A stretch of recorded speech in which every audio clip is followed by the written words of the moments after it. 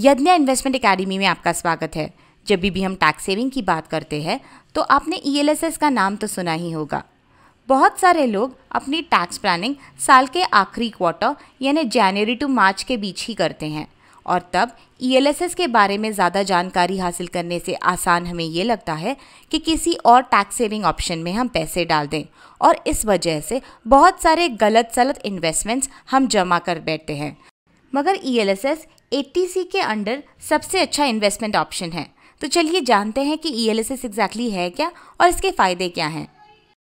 ELSS diversified equity mutual funds होते हैं जो अपना मैक्सिमम कॉर्पस इक्विटी में इन्वेस्ट करते हैं। इनके दो फायदे हैं। पहला, मार्केट लिंक्ड होने की वजह से आपके रिटर्न्स कमाने के चांसेस बहुत बढ़ जाते हैं। ईएलएसएस का दूसरा फ़ायदा ऐसा है कि ईएलएसएस में आप जितना भी अमाउंट इन्वेस्ट करें उसमें से आप 1.5 लाख रुपए 80C सेक्शन के ओवरऑल लिमिट के अंडर टैक्स सेविंग के लिए क्लेम कर सकते हैं। ईएलएसएस 3 साल के लॉक इन के साथ आता है, यानी कि अगर आपने ईएलएसएस में एसआईपी स्टार्ट की है तो आपकी हर एसआईपी 3 साल के लिए लॉक्ड इन रहेगी। ईएलएसएस ग्रोथ और डिविडेंड ये दो ऑप्शंस में आते हैं। डिविडेंड ऑप्शन में लॉक इन पीरियड में भी आपको डिविडेंड्स मिलते रहते हैं। जब भी आप अपने इक्विटी इन्वेस्टमेंट्स को 1 साल के बाद रिडीम करते हैं तो उन रिटर्न्स पर आपको कोई टैक्स भरना नहीं पड़ता। मगर ईएलएसएस स्पेसिफिकली 3 साल के लॉक इन पीरियड के साथ आते हैं। तो जब भी आप अपने ईएलएसएस इन्वेस्टमेंट्स को ये लॉक इन पीरियड ख़त्म होने के बाद रिडीम करते हैं तो उन रिटर्न्स पर आपको कोई टैक्स भरना नहीं पड़ता। तो चलिए अब ईएलएसएस के फ़ायदों के बारे में बात करते हैं। 80C के अंडर जो भी इन्वेस्टमेंट ऑप्शंस आते हैं जो कि हैं ELSS, PPF, national saving certificate, tax saving FDs, senior citizen saving schemes, इन सब में से ईएलएसएस का लॉक इन पीरियड सबसे कम है जो कि है 3 साल। पीपीएफ का लॉक इन पीरियड है 15 साल, नेशनल सेविंग सर्टिफिकेट का 5 साल, टैक्स सेविंग एफडीज का 5 साल और सीनियर सिटीजन सेविंग स्कीम्स का भी 5 साल। और इन सारे इन्वेस्टमेंट ऑप्शंस में से सिर्फ ईएलएसएस और पीपीएफ के रिटर्न्स टैक्सेबल नहीं हैं, जबकि national saving certificate, tax saving FDs और सीनियर सिटीजन सेविंग स्कीम के रिटर्न्स टैक्सेबल होते हैं। ईएलएसएस मार्केट लिंक्ड होने की वजह से इस ऑप्शन ने बाकी इन्वेस्टमेंट ऑप्शन से अब तक हमेशा ही अच्छे रिटर्न्स दिए हैं।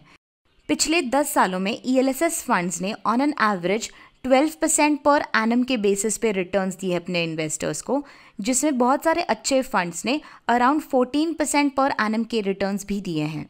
1 अप्रैल 2017 से पीपीएफ 7.9% का इंटरेस्ट रेट कमाएगा, नेशनल सेविंग सर्टिफिकेट भी 7.9% का इंटरेस्ट रेट कमाएगा, टैक्स सेविंग एफडीज 7.5 के around general interest rate provide कर रहे हैं, जिसमें सीनियर सिटीजन्स को भी वो 8% से ज़्यादा इंटरेस्ट रेट ऑफर नहीं कर रहे हैं, और सीनियर सिटीजन सेविंग स्कीम्स 8.4% के इंटरेस्ट रेट्स प्रोवाइड कर रहे हैं। मगर ये ना भूलें कि senior citizen saving scheme, national saving certificate और टैक्स सेविंग एफडीज के रिटर्न्स टैक्सेबल होते हैं, जबकि ईएलएसएस और पीपीएफ के नहीं होते। और ईएलएसएस का सबसे अच्छा फ़ायदा ये है कि ये एक इक्विटी गेटवे हो जाता है उन लोगों के लिए जिन्होंने कभी भी मार्केट में डायरेक्टली या इनडायरेक्टली इन्वेस्ट नहीं किया है। अगर आपने अपने मार्केट से जुड़े डर की वजह से कभी भी मार्केट में डायरेक्टली या इनडायरेक्टली इन्वेस्ट नहीं किया है तो ईएलएसएस आपका सबसे अच्छा चांस हो सकता है। ऐसा जनरली देखा गया है कि जब भी मार्केट ऊपर चला जाता है तो लोग और पैसे इन्वेस्ट करने लगते हैं मार्केट में, और जब मार्केट गिरने लगता है तो पैसे निकाल लेते हैं, जो कि पूरी तरीके से गलत है। तो जब ईएलएसएस 3 साल के लॉक इन के साथ आता है तो ये गलत बाइंग और सेलिंग डिसीजंस आप नहीं ले पाते और मार्केट का स्टेडी ग्रोथ आप खुद एक्सपीरियंस कर सकते हैं। और जैसा कि हमने पहले भी देखा कि अब तक ईएलएसएस ने बाकी सारे 80C के इन्वेस्टमेंट ऑप्शन से सबसे अच्छे रिटर्न्स दिए हैं। तो दोस्तों, आज हमने देखा कैसे ईएलएसएस सेक्शन 80C के अंडर इन्वेस्ट करने का सबसे अच्छा ऑप्शन है, कैसे ईएलएसएस आपका गेटवे बन सकता है अगर आपने कभी भी मार्केट में इन्वेस्ट नहीं किया हो। दोस्तों, टैक्स प्लानिंग हमेशा साल के शुरुआत में ही करनी चाहिए, और अगर आप ईएलएसएस में इन्वेस्ट कर रहे हो तो एसआईपी का मार्ग चुनें ताकि आप मार्केट फ्लक्चुएशंस को अवॉइड कर पाएँ। इस वीडियो को देखने का शुक्रिया। ऐसे ही कुछ और टॉपिक्स के बारे में जानने के लिए हमारा चैनल देखते रहें। अगर आपके कोई सवाल हो तो कमेंट सेक्शन में हमें नीचे पूछ सकते हैं। अगर आपको हमारा चैनल अच्छा लगता हो तो सब्सक्राइब करना ना भूलें। मिलते हैं अगले वीडियो में, तब तक के लिए हैप्पी इन्वेस्टिंग।